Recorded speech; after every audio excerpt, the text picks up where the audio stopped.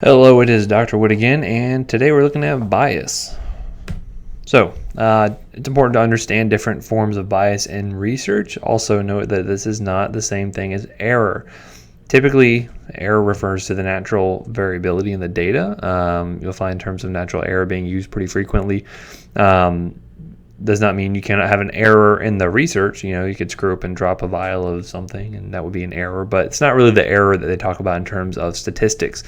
Bias, however, is going to be something that is skewing the data in one way versus another, and it could be intentional in some cases, which is generally not very ethical, but also can be unintentional. Sometimes researchers just don't think about everything that could be introducing bias into the study. However, it's really important they try to address any bias wherever possible. Generally, you do this by having a good study design and good recruitment and good techniques for all that and data analysis and whatnot. However, you cannot deal with every form of bias, so it's important that you talk about that, or they at least discuss it in the actual discussion section of their paper when they talk about some of the strengths and weaknesses of the research. Typically, they'll talk about forms of bias that they may not have been able to account for, right? So there's lots of different forms. I'll just go over a few of some of the more common ones you may encounter. And these are things you want to think about when you're actually reading through the papers to see, well, is there some form of bias here they're not really controlling for that could be skewing their data? Because sometimes you can find some pretty glaringly obvious ones that might have been missed by the journals. But let's look at something that happened before the actual experiment begins. Some of this could be with flawed study design. So as an example, are comparisons even fair to begin with? So as an example, you can't really do studies, say for instance, of a new HIV medication and compare that to, say, looking at survival rates compared to someone on placebo. Obviously, we know that placebo is going to lead to pretty rapid deterioration of those patients. They need to be on medications, and so it's probably not really that fair of a comparison to begin with. So you have to think about, do they need to be on gold standard therapy? Should they be on placebo? What is really important in terms of getting at the actual, what do you want to answer, essentially? That's one thing to consider there. One thing also to think about is who's funding the studies that are coming out here. I saw an article recently that said, eating 150 grams of blueberries a day can help reduce your risk of heart attack by 15%. And I was like, wow, that sounds pretty impressive. And so I looked into it, and of course, who funds the study? But the Blueberry Council for such and such. Well, yeah, they probably have a pretty vested interest in showing that blueberries reduce heart attacks. But, could it be that any fibrous fruit in the diet could probably help out with reducing cardiac risk? Well, maybe, but we just don't know, right? So just things to think about, right? Other things include things like selection bias, where you are maybe selecting patients, in a not quite equitable sort of fashion there. You may find that it may not be representative of the general population. So as an example, if I were looking at HIV patients but only selecting those that were homeless, you may find that they're not representative of all HIV patients, right? They may have more difficulty with follow-up. They may have more problems with things like TB and other communicable diseases. A lot of different issues there to think about. So selection bias is a consideration. Channeling bias is also something you may hear about in terms where patients may not be assigned to groups appropriately. So as an example, when you are randomly assigning patients to different groups, you don't want to say, okay, well, patients that show up during the daytime get to this group, and those that show up at nighttime go to that group. You may find they don't get assigned appropriately. There may be some bias in patients that show up during the night versus those that show up during the daytime.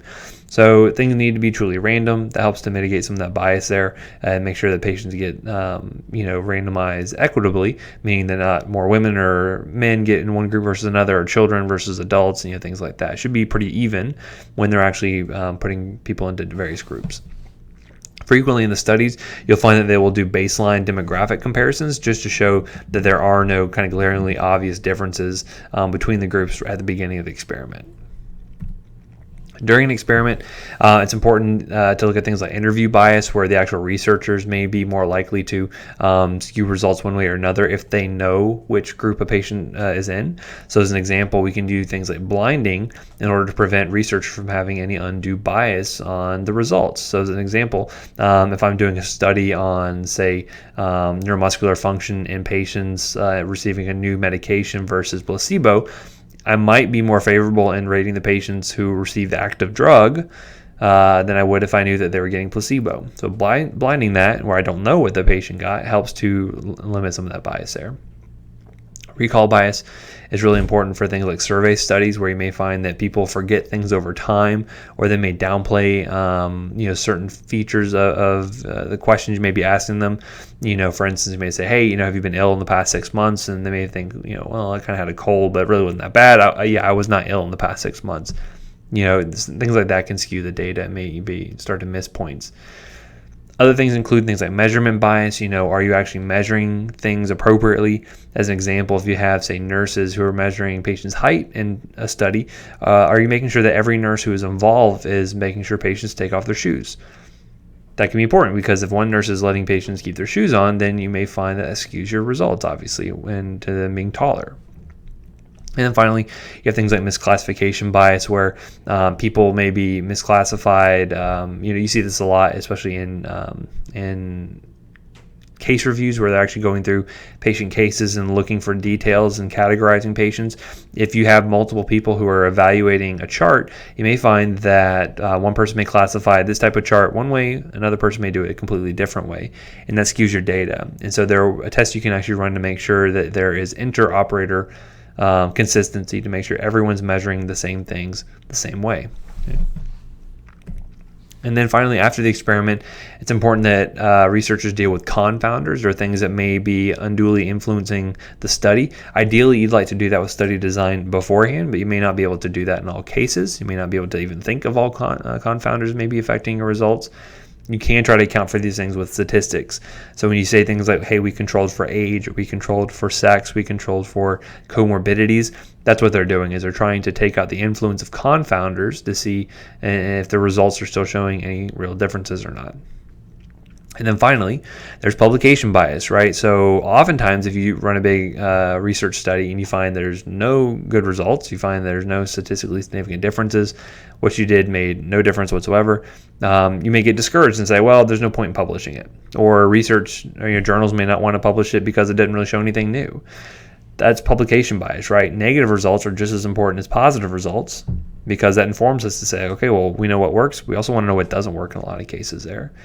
And so you'll find that a lot of negative results do not get published, and so that can kind of unduly skew people into thinking that the positive results are more representative, which they may not be. And then finally, not all journals are created equal. You'll find that there are some unreputable journals that will publish your data just on paying enough money for it, right? I'll give you a good example of in toxicology, there is clinical toxicology, which is kind of the gold standard. That's where everyone in tox publishes their stuff to, for the most part. That is very reputable, peer-reviewed, very good journal. Then there's the Journal of Clinical Toxicology. Notice they just put the journal of in front of it, and that is a not very reputable journal. You find that it is not, you don't get the same quality of studies, they don't do the same sort of rigorous review, and you may not get as good a research in there.